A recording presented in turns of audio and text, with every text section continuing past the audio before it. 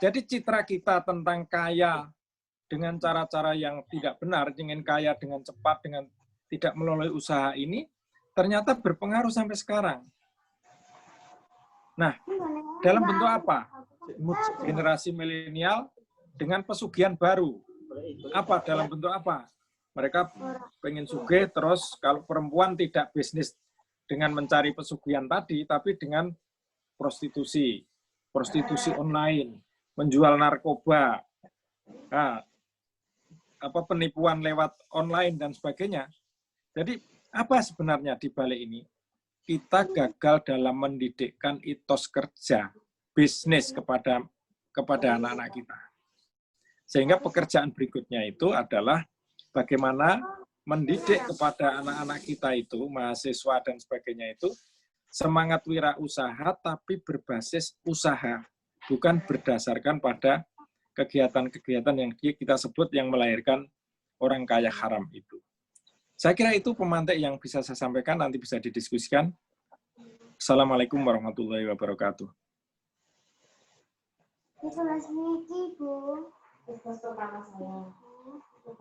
Enggak, karena ini yang menjadi moderator tidak muncul. Mana yang ramai sekali. Terima kasih atas materinya Prof. Wasino. Mengenai materi pesugihan dari perspektif sejarah,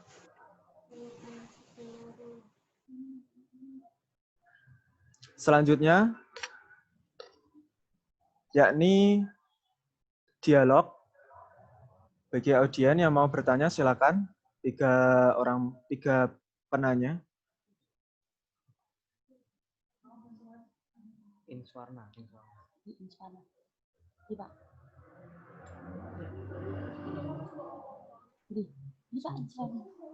Halo. Sebentar. Halo. Halo, bisa masuk? Sudah. Untuk Saudara Nyoman Suwarna, silakan. Ya. Halo. Silakan.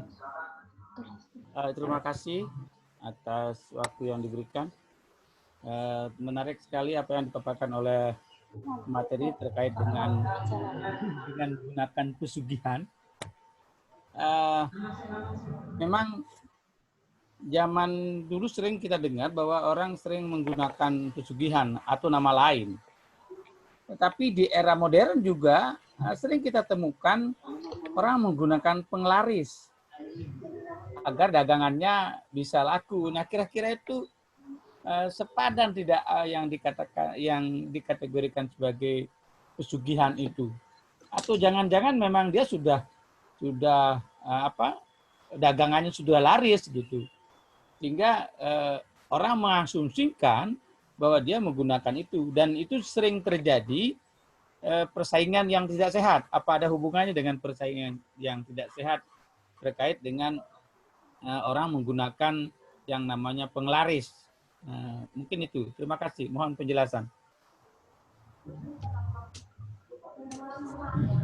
Silakan. Tadi pertanyaannya yakni penglaris itu termasuk dari pesugihan atau memang dalam dagangan itu memang sudah laris dan kemudian menimbulkan adanya persaingan? Ya, sebenarnya ini mengenai penglaris itu sebenarnya cabang dari konsep mencari pesugihan, tapi levelnya lebih rendah. Jadi dia tidak mencari kaya mendadak dengan menggunakan tuyul, menggunakan kekuatan lain, tapi dia minta bantuan kepada supranatural supaya dagangannya itu menjadi laris. Tapi juga ada penglarisnya itu dengan cara-cara sendiri yang kami sebut tadi, misalnya mangkoknya didoni dan sebagainya, itu kepercayaan saja sendiri. Sebenarnya itu kalau dari perspektif bisnis itu sebenarnya bagian dari proses external motivation. Jadi dia ada proses bagaimana dia motivasi, dia punya kepercayaan bahwa bisnisnya itu akan sukses, dagangannya itu akan laris. Nah, Itu saya kira zaman sekarang masih banyak sekali itu Pak, bagian dari itu. Tapi ini prosesnya bagian dari proses sebenarnya munculnya monetisasi abad ke-19. Yang sebelumnya tidak pernah ada tercatat dagangan biar laris itu nggak ada. Nah itu juga karena proses persaingan. Ada persaingan antara pedagang satu dengan pedagang lain, dia tidak percaya terhadap dirinya sendiri, lalu kemudian untuk menimbulkan motivasi dagang yang besar, dia kemudian mencari penglaris. Gitu.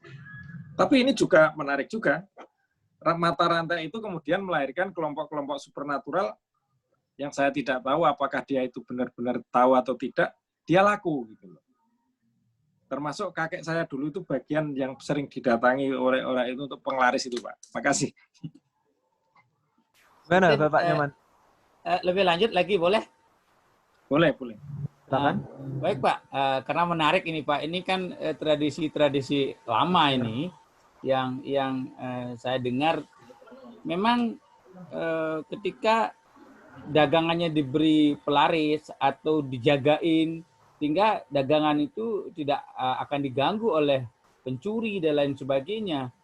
Nah itu kan ada hal-hal yang magis di sana untuk menjaga dagangannya sehingga dagangannya tidak dicuri oleh orang lain.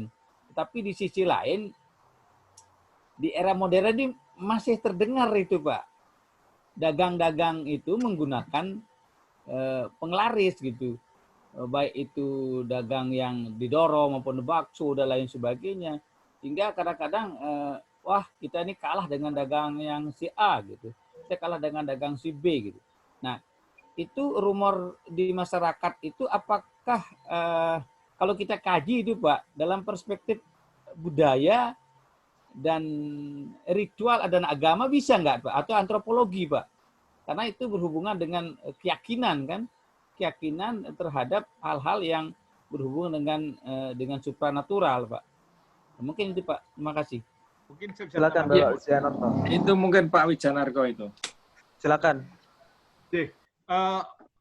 Salah satu yang terlupa mungkin etos wirausaha itu dulu pernah dinisbatkan oleh saudagar Kalang itu ya, mungkin Prof. Pasino bisa mengkaji ini, tapi tampaknya ya kontestasi yang luar biasa dan kemudian saya kira ini menjadi menarik karena antara dagang dengan apa yang disebut dengan jalan pintas untuk meraih ke penglaris dan juga pesugihan itu luar biasa.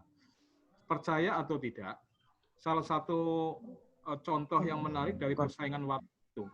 Nah, warteg kalau teman-teman ingin melihat bahwa warteg itu ada kekuatan supranatural atau tidak, ambillah cari di lowongan itu ya, kolong dekat dengan meja ini. Di situ dalam hari-hari tertentu mesti ada sesajen di dalam itu. Nah itu dipastikan itu menjadi bagian dari upaya untuk meraih pesugihan dengan cara pintas. Tetapi memang ada beberapa warung yang menggunakan cara yang karena dia makanannya enak dan sebagainya, itu saya kira di luar konteks kita mendiskusikan pada pagi ini. Dan biasanya warung-warung seperti itu karena dari generasi ke generasi yang luar biasa. Contoh, banyak sate di Brebes, tapi orang akan memilih beberapa sate yang sekiranya punya branding image. Banyak kupat blengong yang ada di wilayah Brebes dan kupat glabet di wilayah Tegal, tetapi orang akan punya kekuatan di sini untuk memilih mana yang ini. Nah, mereka sudah punya referensi tertentu untuk warung-warung yang legend. Yang kedua, memang ini menjadi benar atau tidak, karena ini kan sesuatu yang supranatural itu, bahwa persaingan tidak sekadar persaingan tempat, tidak hanya sekadar persaingan pembeli, tapi juga sudah merusak pada tatanan konteks langsung ke serangan dalam. Contoh begini, nasi yang baru diliwet, anget, tiba-tiba menjadi basi.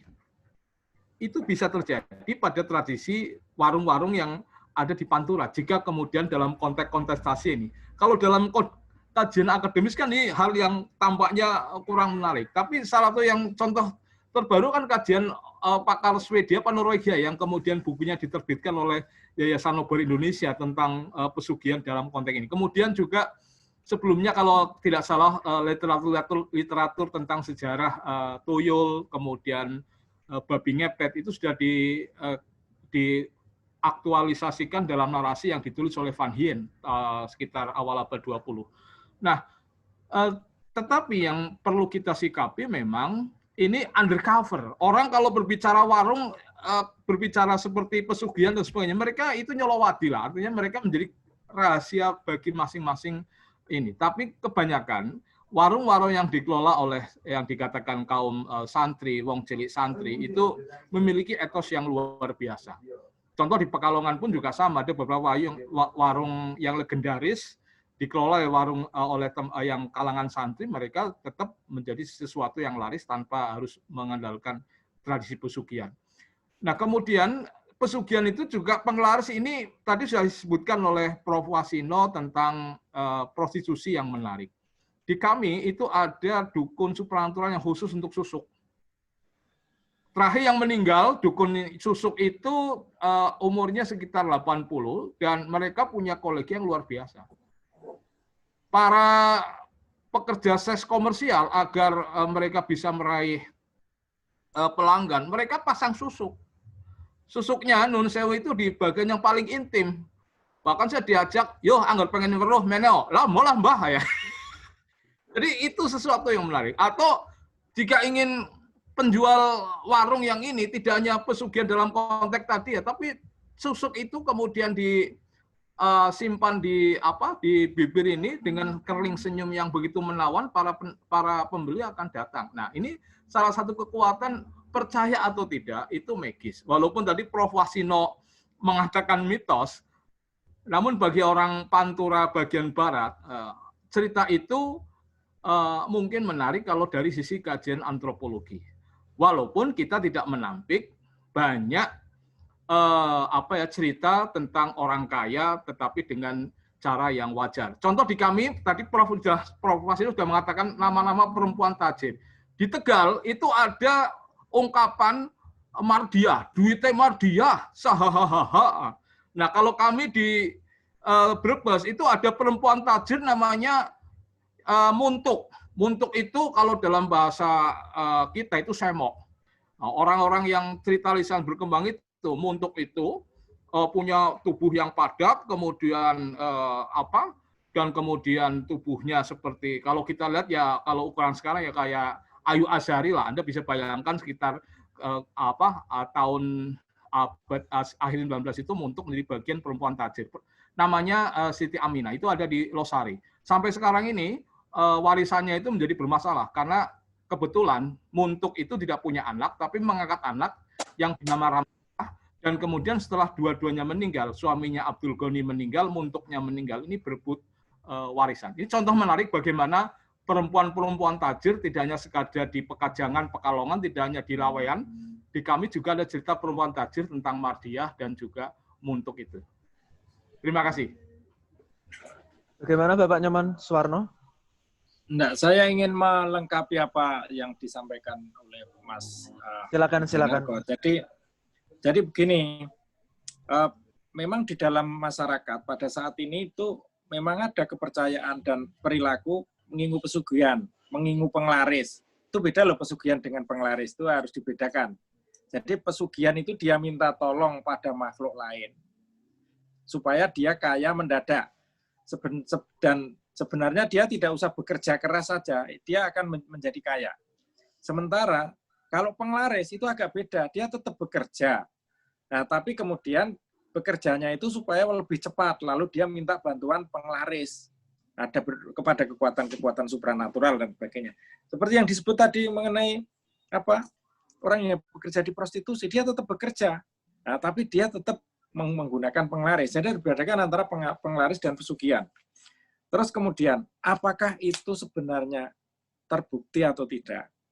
Nah, kalau itu yang sifatnya supranatural, yang sifatnya metafisika, itu memang tidak bisa dibicarakan secara saintifik. Tapi sebenarnya bisa diteliti juga sebenarnya. Apa yang menjadi rumor masyarakat itu bisa dipetakan. Misalnya, berapa orang yang cari pesugihan dan berapa yang berhasil. Itu penelitian menggunakan penelitian secara saintifik, itu bisa dilakukan. Nah, tapi begini, saya kira yang lebih penting itu bagaimana membangun.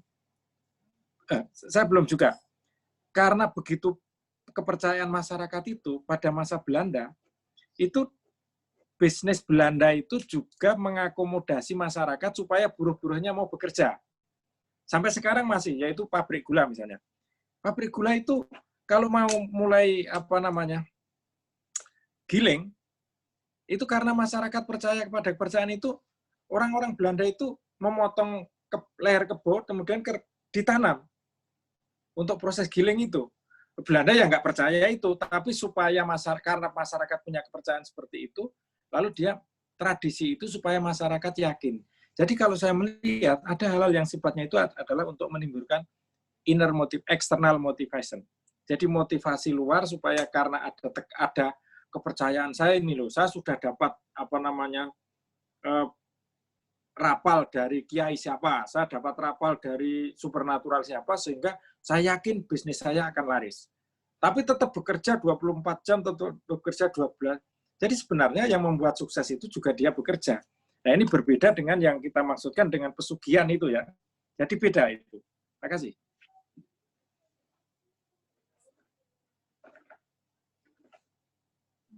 Bagaimana Bapak Saudara Nyoman Suwarno? Cukup?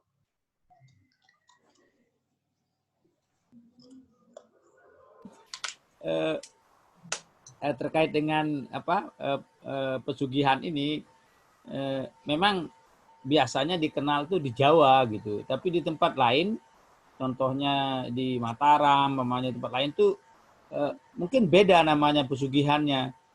Mereka sering menyebutnya dengan istilah lain, yaitu yang penglaris itu, dan itu biasanya pengetahuan saya dari cerita-cerita orang tua itu, bahan penglaris itu ditempatkan di tempat uang itu, di tempat tumpukan uang itu, biasanya pakai penarak kalau sini bakul yang dilipat dua itu. Nah, kira-kira begitu dia Pak. Kalau yang di Jawa memang pesugihan. Nah, kira-kira gimana Bapak di Jawa itu melihat? Di Jawa juga ada penglaris, Pak. Oh, ada penglaris juga, nggih. Ada, ya, tapi ya. Jadi kalau penglaris itu dia bekerja. Nah, supaya bekerjanya itu penghasilannya cepat laku, jajanannya cepat laku, dia minta bantuan penglaris, gitu loh, Pak. Tapi kalau pesugihan, dia sugih bukan dari bekerja, tapi dari makhluk lain. Nah, tadi kita sebut, dan itu ceritanya misalnya kalau dia ngingu tuyul, biasanya ada kontrak, Pak, ada perjanjian. Nanti kalau Anda sudah kaya, umur setelah 20 tahun, Anda harus mengorbankan anak ibu Anda. Nah, terus tetangganya tahu, oh itu anaknya itu mati, karena anaknya itu diberikan kepada pesugihan. Misalnya gitu tuh. Nah, jadi itu agak beda antara pesugihan dengan penglaris, Pak. Ya. Terima kasih, Pak. Ya.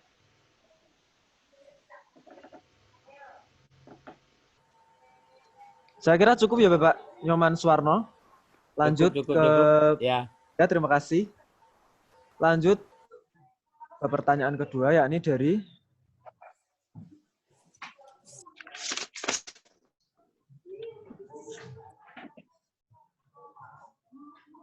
pertanyaan kedua siapa, Pak?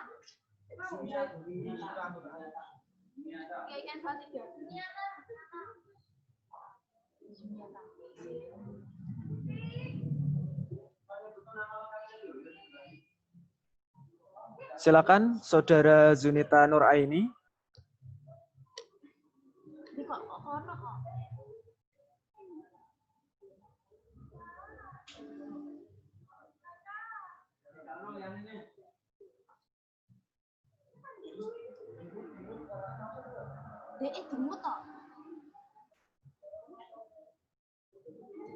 Kilo, mana sih pertanyaan dari itu, Sek? Iya. Supriyono, Ahmad Supriyono.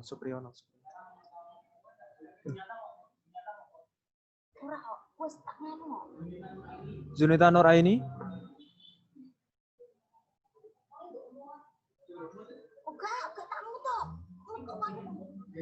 Saya kira pertanyaan dari kancaku, Sek. Aku sih ini. Gini Pak, ini ada pertanyaan dari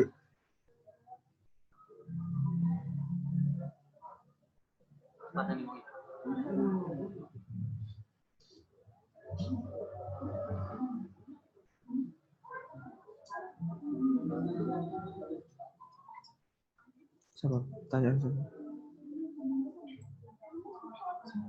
Ada pertanyaan dari audien Pak mengenai pesugihan.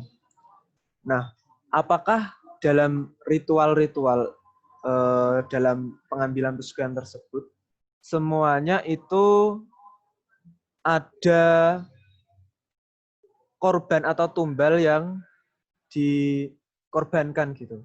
Pertanyaan dari Supriyono dari Mijen Kaliwungu, mahasiswa IAIN Kudus. Sebenarnya kalau kita lihat itu, pesugihan itu juga kapitalistik, Mas. Jadi ada kontrak kerja. Dan kontrak kerja itu berarti juga cara berpikir orang bahwa kalau saya ingin kaya, maka saya harus ada kontrak kerja dengan Nyi Blorong, kontrak kerja dengan Tuyul, kontrak kerja dengan Buto Ijo. Salah satu yang saya dengar dari informasi itu adalah dengan mengorbankan anak-anaknya. Atau dia akan mati dalam umur tertentu. Jadi bisnisnya itu tidak bisa sampai ke berapa generasi, tapi nanti Anda pada umur sekian maka Anda akan selesai bisnisnya. Bagaimana Anda setuju begitu? Hampir polanya itu ada semacam kontrak bisnis antara makhluk halus itu, Mas. Dan itu kan aneh juga itu. Berarti ada kapitalisme juga itu. Ya. Berarti memang ada kontrak ya Pak ya? Ada perjanjian tersendiri. Jadi, dengan ada perjanjian. Itu menurut cerita mitos. Nah, di dalam cerita-cerita itu disebutkan bahwa ada perjanjian. Lalu kemudian berkembang di kampung-kampung itu, kalau misalnya nanti kebetulan anaknya itu meninggal misalnya, langsung orang tahu, oh dia dikorbankan. Lagi mati lagi dikorbankan. Lah pertanyaannya, apakah itu betul-betul meninggal karena dikorbankan atau meninggal karena penyakit? Itu kan secara saintifik perlu diteliti gitu.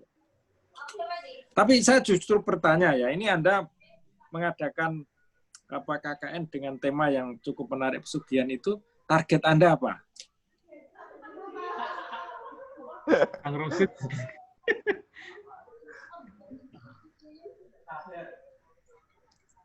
Agar sadar Pak, bahwa pesugihan itu nyata. Pesugihan itu nyata. Orang mencari pesugihan itu nyata. Itu real. Bahwa banyak orang yang kaya, sugih itu dia katanya mencari pesugihan itu nyata. Tapi sugih tanpa pesugihan itu juga nyata. Yang jadi problem adalah ketika orang sugih dicurigai mencari pesugihan, lalu kemudian digerobyok masyarakat melakukan tindakan-tindakan yang anarkis. Itu yang problem. Karena apakah kaya mencari pesugihan atau tidak mencari pesugihan itu tidak bisa dibuktikan. Berarti secara saintifik nggak bisa dibuktikan ya Pak ya? Tidak bisa dibuktikan. Apakah dia kaya karena tuyulnya atau tidak bisa. Walaupun pada tahun 80-an itu waktu saya masih kuliah di Undip, itu di Trilomba Juang itu ada seminar tentang tuyul. Dan yang hadir juga ilmuwan-ilmuwan juga itu, termasuk Pak Ongokam, Amin Budiman, dan sebagainya itu. Dia cerita itu loh, tuyulnya datang. Tapi bagaimana membuktikan secara saintifik? Nah, justru ini yang harus dicegah. Pertama adalah bagaimana orang-orang dalam anggota masyarakat yang sudah percaya tentang pesugihan ini, kemudian orang menuduh tetangganya kaya karena sugih. Ada juga tetangganya mati karena dipakake tetangganya. Nah, itu kan terus jadi apa namanya? Konflik itu. Terus yang kedua, bagaimana mendidik masyarakat bahwa untuk menjadi kaya itu harus melalui proses bisnis yang baik, perencanaan yang baik, kemampuan membaca pasar yang baik, dan sukses yang kemudian direncanakan dengan baik. Justru maka pertanyaan saya, Anda mendiskusikan soal pesugihan itu untuk apa? Anda kan mau ini KKN ya? Iya Pak. Nah, bagaimana itu Anda mengedukasi masyarakat tentang rumor, tentang konflik.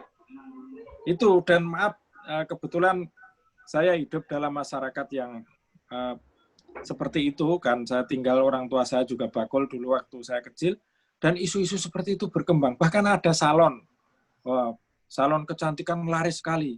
Wah, itu ngingu buta hijau katanya. Padahal bagaimana membuktikan? Lalu masyarakat kemudian marah-marah sama dia, mengancam-ngancam sama dia. Justru itu edukasi seperti itu yang diperlukan supaya masyarakat tidak menuduh kepada orang lain yang mendadak kaya dianggap ngingu pesugihan. Ya, saya kira sepakat dengan Prof. Fasino itu ya. Selama ini ada semacam kesenjangan ya, ketika kemudian orang sugih, kemudian dianggap dia memiliki mediasi untuk jalan kesugihan secara jalan pintas itu. Tapi kalau secara logika, kita banyak melihat, terutama munculnya para kapitalis lokal itu, yang termasuk di Kudus kan pengusaha Raja Kretek itu kan salah satu bukti ya. Bagaimana Anda itu sebetulnya kalau ini menjadi bagian mengedukasi yang seperti disampaikan Prof. Fasino itu, rata-rata bahwa tumbangnya para kapitalis pribumi atau kapitalis lokal itu selalu berkaitan dengan satu di antaranya adalah regenerasi bisnis yang dilanjutkan, regenerasi bisnis. Sama seperti di wilayah Kabupaten Brebes, Tegal, banyak para pengusaha-pengusaha lokal, tetapi ada semacam kekhawatiran ketika tidak menemu regenerasi. Kayak apa kayanya di kami ada pengusaha lokal itu, tentu itu yang sebagaimana dikatakan oleh Prof. Fasino, gesekan-gesekan itu. Memang ini cerita undercover tentang penglaris, pesugihan, namun demikian, mitos itu yang selama ini kita dari kalangan kaum akademis itu selalu menjadi bagian yang tanda kutip mitos itu, tetapi menjadi sesuatu hal yang kalau kita lihat ada sesuatu yang dihidupkan dalam tradisi itu, penglaris, pesugihan. Bahkan itu tidak hanya berkaitan dengan masalah kekayaan, tapi yang kekuasaan ya. Menjelang pilkada, menjelang kemarin pada saat itu banyak calon legislator itu yang bertandang ke supranatural, kemudian bertandang ke makam-makam yang dianggap sebagai makam-makam yang keramat. Nah, ini kan fenomena yang sebetulnya bagi kalangan kita yang statistik untuk saintifik, akademis, tapi ternyata itu hidup. Nah, ini yang seringkali kita ada dua sisi dualisme yang menarik dari fenomena ini. Namun secara logika memang saya sepakat bahwa forum ini setidaknya tidak hanya bercerita tentang share tentang klinik, share tentang mitos dan sebagainya. Bagaimana mengedukasi ini? Kudus kan melahirkan banyak pengusaha-pengusaha lokal yang luar biasa ya. Tidak hanya rokok tapi juga panganan ya, dan juga kita banyak melihat sesuatu hal yang menarik di balik fenomena Kudus sebagai kota yang sekarang ini dianggap sebagai kota industri kretek. Namun satu sisi kita lupa bagaimana ini pernah di penelitian oleh Lances Castle dan kemudian juga, tetapi yang menarik ini barangkali fenomena tumbangnya para pengusaha lokal itu, dan kemudian kita banyak melihat apakah memang betul ada sesuatu yang lemah dari persoalan entrepreneur lokal itu ketika mereka baru pada generasi kedua, kemudian generasi ketiga mereka mengalami kolaps. Yang kedua, barangkali ini satu sisi hal yang menarik, mungkin ada satu local wisdom yang ditangkap dari pertemuan ini ya, tidak hanya berbicara tentang narasi sejarah, tapi semangat bagaimana sisi tradisi yang luar biasa dari masyarakat yang menunjang etos kerja. Ya. Kita tidak usah mengulik tentang Weberian dan sebagainya, etik Protestan, tapi di kalangan kita juga ada sesuatu yang local wisdom yang menunjang semangat itu, dan kemudian juga tidak malah kemudian mencoba untuk menarasikan dengan cerita-cerita yang makin membuat jurang pemisah. Ketika orang misalkan dia sudah bekerja, berusaha, dan menikmati kekayaan, satu sisi kan muncul ada kecemburuan. Nah, kecemburuan itu biasanya dinisbatkan dalam cerita-cerita yang sudah disampaikan itu. Kayak contoh babi ngepet, kemudian tuyul. Nah, babi ngepet itu juga menarik. Kalau misalkan mereka konangan masyarakat, ya mereka akan dihakimi. Nah, ini fenomena, sebetulnya ini fenomena ada satu sisi yang dibalik itu ada jealous, kecemburuan. Dan yang kedua memang apakah betul mentalite ketika orang bekerja keras dan kemudian kapitalisme sesuatu yang dianggap masih ini, orang kemudian mencoba untuk mencurigai. Ini yang saya kira warisan stigmatisasi yang perlu. Termasuk pada kalangan etnis tertentu ya, yang sepertinya itu juga ditimpakan juga. Nah, sehingga kita banyak melihat cerita ini folklore yang berkaitan stigmatisasi. Oh, kalau dia itu etnis yang pelit, oh kalau itu etnis yang kaya tapi kemudian sering menggunakan jalan pintas. Nah, ini fenomena itu yang seringkali diwariskan. Nah, ini volume ini diharapkan menjadi mengedukasi bagaimana semangat kewirausahaan itu selalu ada sesuatu hal menarik dari sisi local wisdomnya. Saya kira ini tambahan yang kita sampaikan dalam forum ini. Terima kasih.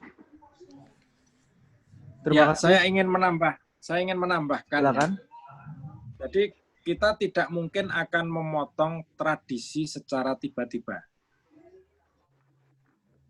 Jadi saya tadi sudah membedakan antara konsep penglaris dan pesugihan.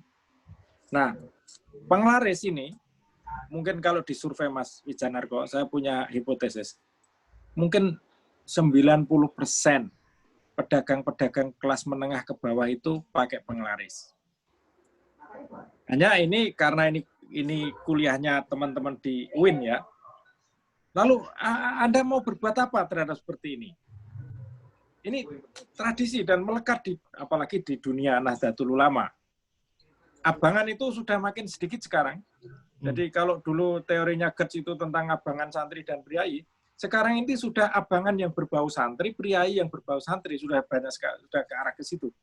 Nah, tapi tradisi-tradisi yang seperti ini masih berkembang. Lalu edukasi apa yang Anda lakukan? Tidak mungkin Anda akan memotong 100%, tidak mungkin. Nah, misalnya, Anda boleh penglaris itu, tapi niat Anda adalah memohon doa. Nah, kan begitu. Niatnya adalah memohon doa, terus doanya itu sebagai yang mengabulkan apakah Anda akan sukses atau tidak itu adalah Gusti Allah. Misalnya gitu tuh. Jadi ini kalau sudah digeser konsepnya itu, nanti lama-lama Anda bisa mencari doa sendiri, tidak perlu pakai datang ke kekuatan supranatural untuk penglaris, dan seterusnya, dan seterusnya. Dan saya kira ini proses edukasi yang panjang yang bisa dilakukan oleh teman-teman dari UIN gitu ya. Makasih. Dan ini gini, coba. Kita itu, yang menyebabkan bangsa kita itu entrepreneurnya tidak berkembang pesat, hanya berkutat itu saja, karena ketika terjadi tabrakan kapitalisme itu, VOC, itu orang pengusaha-pengusaha barat, Jerman itu menggunakan logika dan menjadi international corporation. Kita lari ke seperti itu. Sehingga paling banter ya jadi pengusaha-pengusaha kelas warteg dan sebagainya yang nggak akan berkembang menjadi multinasional. Maka kita harus didorong supaya nanti kita melahirkan pengusaha-pengusaha yang internasional. Kalau dulu seperti U Tiong Ham, seperti yang di Kudus itu Niti Smito, ya seperti Lawean itu Kiai Haji Hasaman Hadi. Nah sekarang internasional ada Bill Gates, ada macam-macam itu. Dicurigai juga, wah Bill Gates itu ngingutuyel kan gitu toh. Nah, jadi harus diedukasi masyarakat bahwa sukses bisnis itu tidak harus menggunakan cara-cara yang tidak benar. Karena saya tahu betul bahwa sebenarnya munculnya konsep pesugihan itu adalah tabrakan kapitalisme antara kapitalisme barat dengan kapitalisme lokal. Dan ketika kalah, lalu orang mencari pembenaran. Oh itu menggunakan tuyul, oh itu menggunakan penglaris. Lalu orang bertiru-tiru, terus jadi enkulturasi, terus internalize, terus menjadi justifikasi. Itu loh, kalau mau kaya, ya harus pakai penglaris. Kalau pakai penglaris nggak sukses, pengen cepet, ya pakai pesugihan, kan begitu. Nah, itu. Saya kira ini ada proyek, bisa riset, edukasi, riset and development yang bisa dikembangkan oleh teman-teman UIN itu. Gitu kira-kira. Oh itu tidak hanya masalah sugih loh Pak. Mahasiswa saya itu sering tidak lulus dengan saya dikasih apa, mungkin apa supaya dosennya lunak dan sebagainya, itu datang ke situ, ada itu. Makasih. Nyambung dari tadi Pak, yang dikasih apa tadi. Ini ada pertanyaan juga. Adanya tadi pengusaha-pengusaha yang laris manis, padahal itu belum tentu dari penglaris. Bisa saja dari brand tadi yang sudah punya nama baik, nama besar, kemudian laris memang dari turun-temurun dari awalnya. Itu ada pertanyaan, fenomena menyalahi atau iri dengan dagangan saingannya, Pak. Itu seperti apa, Pak? Oh, kalau itu sih namanya apa? Dalam persaingan, dan dalam persaingan kemudian menggunakan black campaign. Ya. Nah, di Semarang itu juga ada warung bakso besar gitu, terus dalam persaingan kalah, oh itu dia itu ngingu tuyul misalnya gitu. Kalau nggak percaya, Anda datang ke belakang. Ya siapa yang mau datang ke belakangnya dia? Walaupun belum pernah datang belakang, tapi sudah dikembangkan rumor bahwa itu ngingu tuyul. Nah, terus dari mulut ke mulut sehingga bakulannya yang saingannya tadi terus turun. Nah, dia yang naik. Nah, itu saya kira itu persaingan yang black campaign itu ya. Ya, tambahan nih, cara yang menarik itu ya. Juga sekaligus ini ada pertanyaan di chat ini, bagaimana untuk melakukan pesugihan di media sosial. Kita melihat dulu dalam bentuk viral ya, orang kemudian menjustifikasi bahwa warung itu mengandung, misalkan kalau bakso, itu baksonya terbuat dari daging tikus, kemudian atau daging yang barangkali bagi orang muslim tidak dikatakan sebagai makanan yang halal, kemudian diupload ke sosmed, itu kan banyak. Dulu kan kita banyak melihat fenomena itu yang sebagai bagian dari black campaign. Kalau untuk berbicara penglaris pesugihan itu selalu mengatakan ada media ketiga, tuyul, babi ngepet, atau apapun. Tapi sekarang fenomena yang menarik, cara untuk melakukan black campaign itu mudah, yaitu bagaimana dipotret, kemudian dimasukkan ke media sosial, dan itu sangat efektif.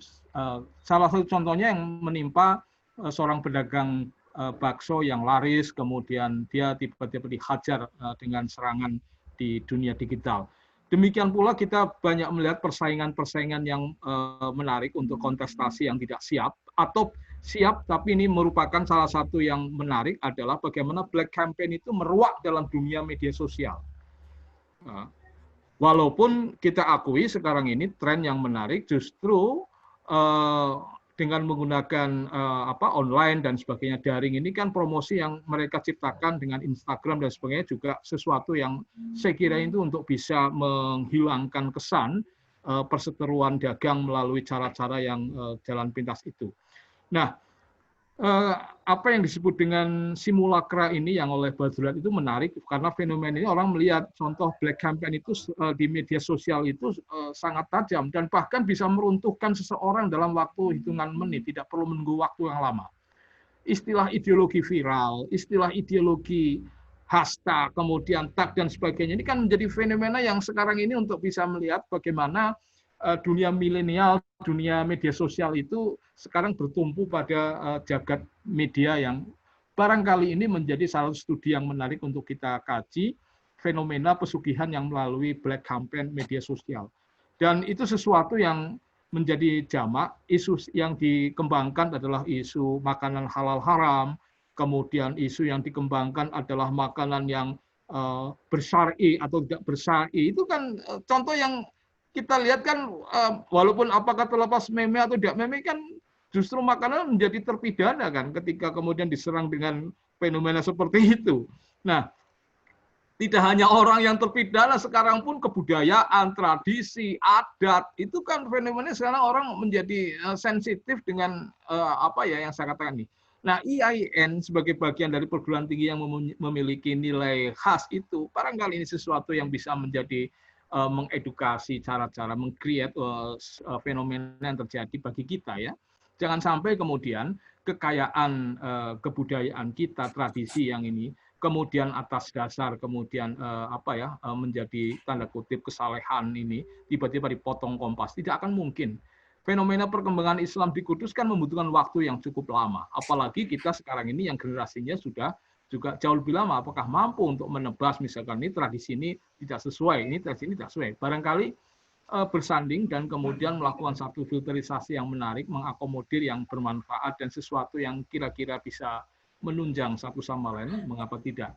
Jangan sampai kemudian kita melihat fenomena semua orang dengan mudah memidanakan atas tidak sesuatu hal yang sesuai dengan selera masyarakat tertentu. Saya kira ini tambahan untuk saya.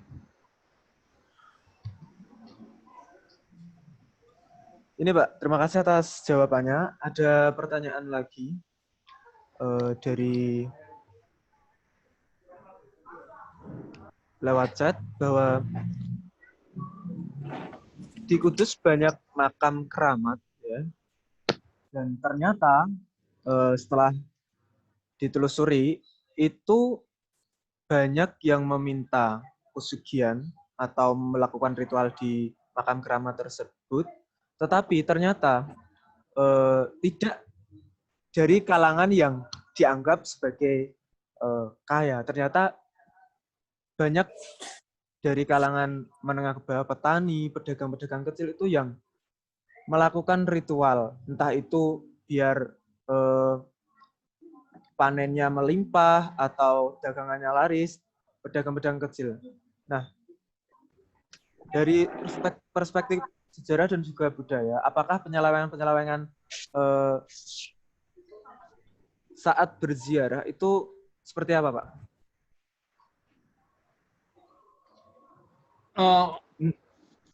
Fenomena itu tidak hanya terjadi di Kudus ya. Fenomena ini terjadi juga di beberapa makam-makam keramat ya sebagai bagian dari ziarah dan itu deviasi. Deviasi saat orang kemudian meniscayai wasilah bahwa orang yang memiliki karomah kemudian keramat yang luar biasa itu bisa untuk menyampaikan keinginan mereka. Nah, contoh fenomena ini tidak hanya mencari pesugihan juga, tapi juga kekuasaan ya. Bagaimana makam-makam itu sekarang ini menjadi curhatan para legislator, calon legislator dulu saat pilkada kemarin. Bahkan percaya atau tidak, pada saat pilpres pun itu ada salah satu cerita yang menarik ini. Tim itu meniscayai bahwa mengumpulkan 7 mata air di Jawa itu menjadi bagian untuk bisa melakukan pemenangan ini. Termasuk di Brebes itu punya salah satu tirta atau air yang banyak diniscaya memiliki kekuatan. Seperti di kami ada sungai Pamali, Cipamali, dan itu sudah banyak disebut dalam naskah kayak Bujangga Manik dan sebagainya. Dan di kami ada Tuk Bening yang ada di Kaligua. Itu laris kalau misalnya ada fenomena baik pilpres maupun pilkada dan ini cerita undercover, entah atau tidak, tapi memang itu fenomena yang ini. Bahkan makam-makam yang notabene itu adalah makam contoh kayak ulama. Di kami ada kayak misalkan makam di ulama, kemudian juga makam tokoh yang berkaitan dengan kekuasaan Cirebon. Karena kami juga ada salah satu makam yang berkaitan dengan sejarah Cirebon, itu juga laris. Ada istilah di tawasul. Tawasul itu berlangsung setiap malam Jumat dan malam Minggu dan laris itu. Nah, kalau misalkan yang punya keinginan yang tadi saya katakan untuk minta pesugihan itu juga tidak bisa dipungkiri. Jadi ini deviasi yang terjadi banyak ketika orang meniscayai bahwa para wali memiliki kekuatan karomah keramat. Apakah ini sesuatu hal yang menjadi fenomena menarik? Saya kira ya, karena laporan majalah Tempo kan beberapa waktu lalu menggambarkan cerita tentang seorang caleg, beberapa caleg yang kemudian melakukan kegiatan ziarah dan kemudian bertawasul di depan makam keramat itu. Ini fenomenanya, tidak hanya pesugihan loh. Kita juga melihat cerita yang sekarang berkembang kayak Gunung Kawi, ya kan? Kemudian juga cerita-cerita yang berkaitan dengan memiliki unsur keramat pesugihan itu menjadi salah satu bukti di sini. Ada deviasi yang sebetulnya kemudian berkembang. Dan saya kira memang sekarang ini tampaknya sebagaimana sinyalemen yang disampaikan Prof. Wasino tadi, budaya abangan sekarang ini kemudian menjadi bergeser dan makam-makam itu yang untuk kegiatan tampaknya sudah berkurang. Meskipun kita tidak menampik ada yang kemudian mengupayakan wali, makam-makam wali atau tokoh yang keramat itu dianggap untuk memberikan keinginan sebagai wasilah dalam konsep agama, ya, wasilah, perantara. Saya kira ini tambahan. Terima kasih. Prof. Wasino mau menambahkan atau bagaimana? Ya, kalau Anda pertanyaannya orang kecil, Ya. itu kan sebenarnya dia itu ketika dia terhimpit dalam kemiskinan, dia sebenarnya kan bisa mencari dengan cara mencari untuk menekan kemiskinan itu dengan usaha. Tapi usaha tidak berhasil lah. Kemudian dia percaya bahwa ada kekuatan supernatural, kalau itu dia ke makam-makam itu siapa tahu dengan berdoa di makam-makam itu dia akan bisa terbebaskan dari kemiskinan itu. Saya kira ini bukan hal yang baru, kalau itu sudah tradisi lama. Ziarah. Jadi itu ya ziarah, kemudian dia di ziarah itu ada komunikasi. Jadi dalam kebudayaan Asia Tenggara itu tidak hanya yang beragama Islam tadi, bahwa antara yang hidup dengan yang mati itu tidak putus. Nah, mereka itu orang mati itu tidak putus dengan orang yang hidup. Nah, apalagi kalau yang meninggal itu orang-orang penting.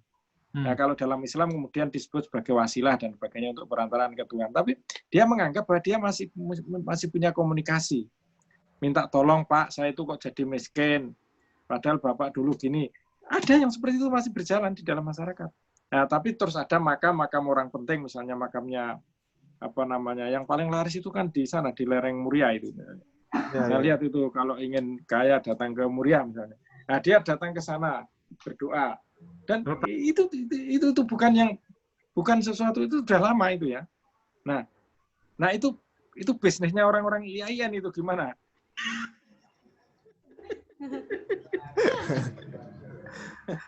Terima kasih, Pak. Ini ada pertanyaan lagi dari Magfiratun Nikmah dari Universitas PGRI Semarang. Izin bertanya, menurut pendapat Bapak mengenai pesugihan yang marak di desa, banyak sekali masyarakat berasumsi bahwa mengenai tumbal bisa diambilkan dari jalan raya dan jin atau setan yang berada di situ. Itu bagaimana, Pak? Tumbal, Pak? Ya, itu selalu di dalam konsep pesugihan itu mesti ada kontrak. Di dalam kontrak itu mesti ada yang tumbal. Tumbal itu mesti yang diberikan pertama adalah keluarganya. Nah, terus sekarang muncul kepercayaan baru, boleh menumbalkan kepada orang lain. Itu tidak bisa dibuktikan. Justru itu yang berbahaya, itu orang menuduh bahwa dia misalnya anaknya tabrakan di jalan, terus dia menuduh, wah, anak saya itu mati karena saya punya hutang sama pedagang X. Anak saya ditumbalkan. Nah, itu yang jadi persoalan hukum itu. Nah, di sini memang justru kita menghadapi dua hal. Yang pertama, kita mendidik kepada masyarakat bahwa sesuatu yang tidak ada hubungannya jangan dihubung-hubungkan. Tapi itu kalau menyangkut kriminalitas, ya itu larinya ke penegak hukum, kan begitu. Banyak yang begitu, Mas. Jadi biasanya itu kalau yang begitu gini, dia punya hutang kepada orang kaya. Nah, orang kaya itu dicurigai dia ngingu pesugihan, buto ijo lah taruhlah. Nah, kemudian anaknya itu mati, tabrakan. Terus dia mencurigai orang kaya itu bahwa anaknya itu jadikan tumbal karena punya hutang. Itu sudah berkembang segitu. Dan itu sulit dibuktikan. Ya, sama cerita itu juga menarik ya, karena kan selalu dikaitkan yang bersangkutan kaya, kemudian ini yang menjadi celaka, misalkan orang itu punya usaha banyak, kayak retail dan sebagainya, dan kebetulan ada fenomena pengunjung meninggal dan sebagainya. Itu selalu dikaitkan dengan itu. Kemudian juga misalkan kalau berbicara dia seorang pengusaha bus, bisnisnya kecelakaan terus dan banyak memakan korban, selalu mesti dikaitkan dengan itu. Memang ini sesuatu yang irasional bagi kita ya. Dan jangan sampai kemudian ini menjadi sebuah sugesti yang bisa mengancam ya. karena betapapun juga kekayaan itu kan menjadi sesuatu yang wajar jika kemudian dia berusaha, dia gigih dan sebagainya. Ya. Cita Tumbal itu menarik untuk menjadi bukan fenomena, tapi menjadi sesuatu yang sudah jamak di kalangan-kalangan mereka yang meniscayai klinik itu. Contoh tidak hanya itu bagian pekerjaannya Pak Wijanarko ya di kebudayaan itu. Jadi jangan kebudayaan yang dibicarakan hanya masalah seni, masalah, tapi itu kebudayaan masyarakat yang berpengaruh terhadap segala hal hidup kita. Yang tentang bis tadi, saya sebut saja lah bis Esmo. Itu punyanya orang Wonogiri itu. Nah itu bis Esmo itu kebetulan kernetnya, sopirnya itu dari tetangga saya di Wonogiri sana. Nah itu ada sekian banyak yang mati. Terus ada kepercayaan. Jadi kalau bisnya itu tabrakan, kernetnya mati, langsung setelah itu dia kaya, bisa beli bis baru lagi. Gimana cara membuktikannya? Dan itu bukan pengusaha rendah, ini sudah pengusaha yang cukup kaya dan itu pemiliknya etnis Cina. Tapi masyarakat mempercayai bahwa itu dia punya pesugihan sehingga dengan mengorbankan sopirnya yang orang Jawa itu. Saya kira ini ke depan memang harus ada pengkajian yang justru yang Prof, banyak orang-orang kaya ini yang sebetulnya menjadi kajian juga teman-teman, yaitu kesan filantropis ini yang perlu Nah, itu tidak hanya itu loh Pak, tentang ingin mencari pembenaran seperti itu. Ketika presidennya Pak SBY, wakilnya Yusuf Kala. Oh itu kan banyak, ada tsunami, ada macam-macam itu. Ya. Nah itu muncul kepercayaan besar, itu yang menyebabkan karena wakilnya Yusuf Kala.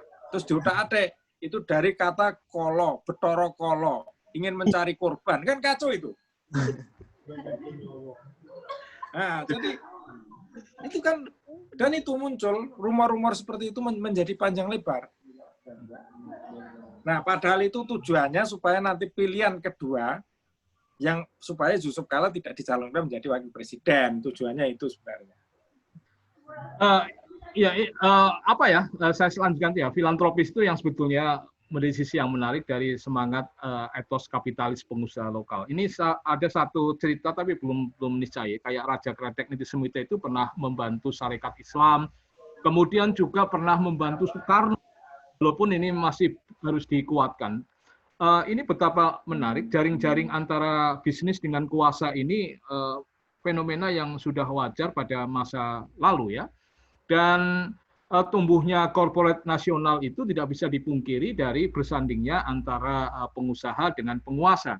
Namun kayak Oh Tiang Ham contohnya, selain dia etos kerja yang kuat, juga memiliki relasi yang dari jaring birokrasi kekuasaan. Nah, konsep filantropis ini mestinya diedukasi ya oleh teman-teman IAIN ketika ada side effect dari seseorang yang sugih bondo itu. Dan bagaimana ini bisa menjadi sesuatu hal yang bisa membangun etos dari kewirausahaan itu. Ini yang dari sisi ketimbang kita berbicara klinik, kita berbicara pesugihan, kita berbicara pengasihan. Kalau pengen pengasihan yang tadi saya ceritakan, mari mampir ke Brebes nanti biar tahu cara praktek memasang susuknya nih. Bukan saran. Tapi yang menarik juga gini, kalau yang jadi kaya raya itu kiainya, atau dia dari partai politik tertentu yang berafiliasi dengan kiainya, dia tidak menimbulkan masalah.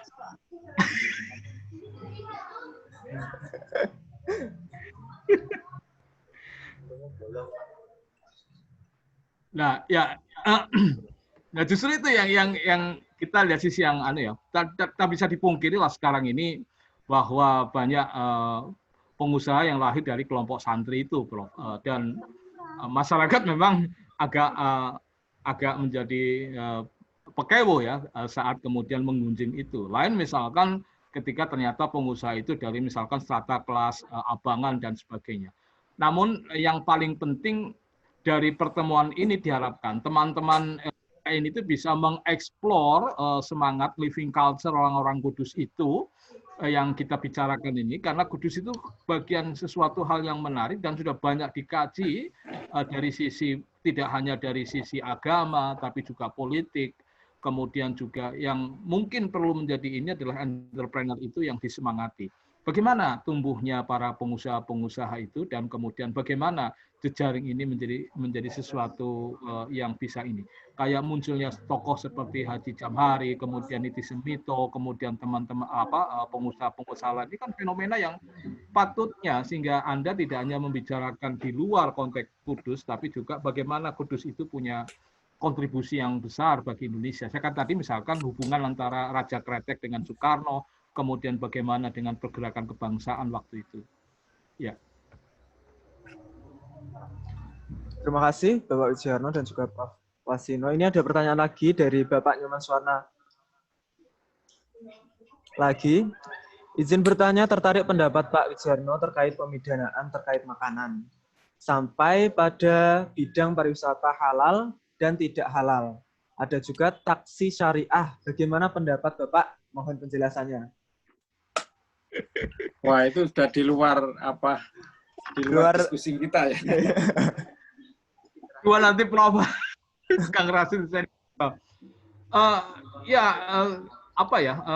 studi ini kan kalau kita referensi ya, Wycliffe kan pernah menulis buku yang bagus itu tentang bagaimana mengislamkan Jawa, dan salah satunya adalah berbicara tentang fenomena kontestasi beberapa kelompok-kelompok yang saya kira ini bisa menjadi studi ini, bagaimana wilayah yang dulu abangan sekarang tiba-tiba menjadi santri. Kota-kota yang dulu sangat plural sekarang ini menjadi kota-kota yang sifatnya seragam. Fenomena yang menarik juga muncul semangat walaupun ini simbolisasi ya, kemudian semangat untuk menggairahkan beberapa hal yang terkait dengan dengan simbol-simbol yang kesalehan. Ada perda yang mengatur tentang kesalehan, ada fenomena yang berkaitan dengan sesuatu hal yang bagi kita luar biasa. Nah, tapi yang jelas bahwa meskipun di luar konteks ini, sebetulnya ini menjadi satu situasi yang menarik bagaimana bisnis pun juga dilabeli itu. Namun yang jelas bahwa kalau berbicara tentang etos bisnis yang digaungkan oleh teman-teman yang ya tentu kita bisa melihat bagaimana kekayaan itu bisa menjadi perpaduan antara kesalahan sosial dengan semangat berwirausaha yang saya kira menjadi dia memiliki tantangan, memiliki struggle yang lebih hebat dibandingkan dengan masyarakat lainnya. Itu yang saya kira menjadi penting. Nanti kalau konteks itu ada diskusi sendirilah. Soalnya fenomena ini sangat berbeda dengan diskusi yang kita selenggarakan pada pagi ini. Saya kira ini Pak Nyoman. Terima kasih perkenalannya Pak Nyoman. Salam dari Brebes Pak Nyoman. Nggih, Pak. Kapan bisa Mataram, Pak? Mataram NTB. Nggih, NTB.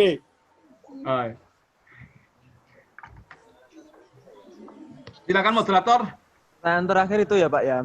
Untuk pesan-pesan Pak, silakan Bapak Wijarno dan juga Prof. Wasino sebelum. Ya, paling tidak diskusi ini sudah berbagi ilmu, berbagi pengalaman, dan saya tidak ingin teman-teman IAIN ini kemudian hanya sebatas pada konteks pesugihan yang memiliki emosi semacam membangkitkan hanya sense of romantic, tapi di balik itu apa sebetulnya yang bisa diedukasi, sebagaimana yang disampaikan Prof. Wasino. Ada nilai kesalehan sosial untuk masalah pesugihan ini yang perlu kita semangati. Ada nilai filantropis yang bagi kita membangun untuk kebersamaan. Saya kira ini menarik bahwa dari etos kapitalisme masyarakat yang sudah tergali dari narasi sejarah tadi, kayak munculnya saudagar pribumi, masyarakat kalang dan sebagainya, kemudian lahirnya industri-industri yang dikelola oleh dan diinisiasi kelompok pengusaha lokal. Barangkali ini kita pelajari dari sisi masa lalunya tapi ke depan. Nah, edukasi sangat penting dan ini yang barangkali membanggakan bagi kita. Dari Brebes kami terima kasih untuk kawan-kawan semuanya sehingga bisa bertemu kembali, terutama Prof. Wasino, lama tidak bersua Prof ini. Gimana kabar Brebesnya itu? Oh, kapan diundang ke Brebes? Oh siap Prof, nanti Prof. Ini masih salam buat Pak Bupati ya. Ibu Bupati. Suaminya itu kan adik kelas saya. Pak Warsidin sekarang jadi pengajar di Pak, di Prokerto. Oh iya. Ya, salam. Silakan Prof. Asino, pesan-pesan terakhir dari Ya, diskusi. saya kira gini ya. Saya memang bertanya-tanya sejak awal, sebenarnya ini ending dari diskusi itu apa?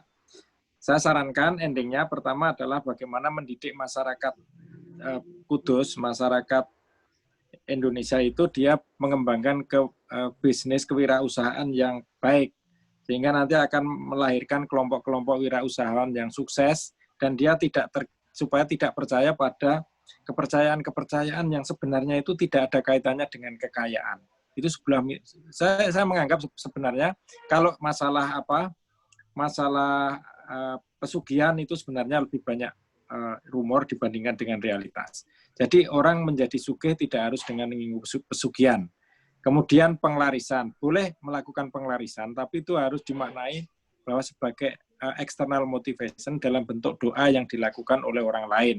Apakah kiai atau supranatural atau makam keramat dan sebagainya. Tapi itu saya kira yang penting untuk diedukasi dari adik-adik. Kemudian yang kedua itu mengenai pesugihan baru. Yaitu dalam banyak sekarang ini kan ingin kaya mendadak tapi dengan tidak bekerja keras. Dan itu etos seperti ini harus dipangkas dan harus ditumbuhkan bahwa orang sukses itu melalui proses. Dan untuk itu cara-cara IAIN bisa dilakukan dengan untuk menghindari kegiatan prostitusi, narkoba, dan sebagainya.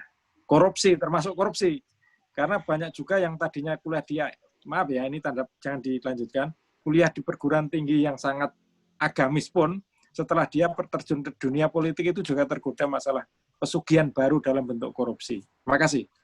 Assalamualaikum warahmatullahi wabarakatuh. Waalaikumsalam warahmatullahi wabarakatuh.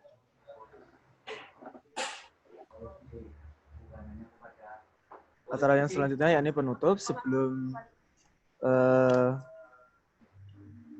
saya menutup acara ini, saya akan menyimpulkan dari diskusi pada pagi hari ini bahwa orang kaya yang menggunakan lewat pesugihan itu ada dan nyata, tetapi tidak semua yang kaya itu menggunakan pesugihan. Kemudian banyak pesugihan yang memang tidak dapat dihapuskan secara langsung. Fenomena pesugihan sudah menjadi hal yang terjadi di masyarakat dari dulu dan juga berbagai kalangan. Jadi bisa disimpulkan bahwa pesugihan itu merupakan dampak dari awalnya itu dampak dari abad 19 dari VOC, yakni semangat kapitalisme.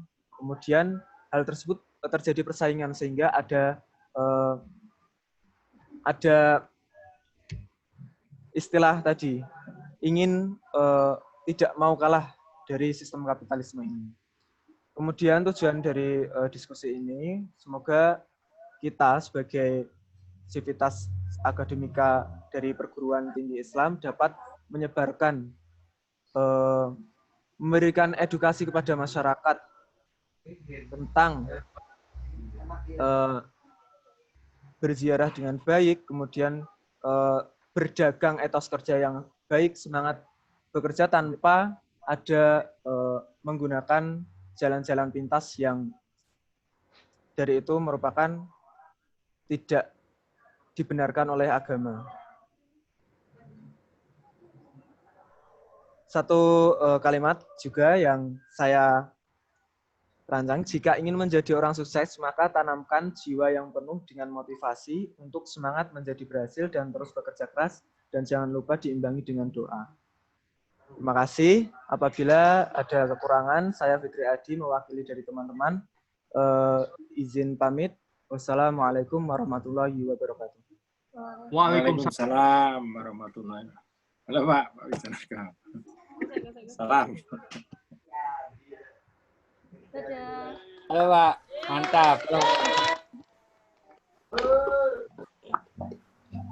Langsung mute buka.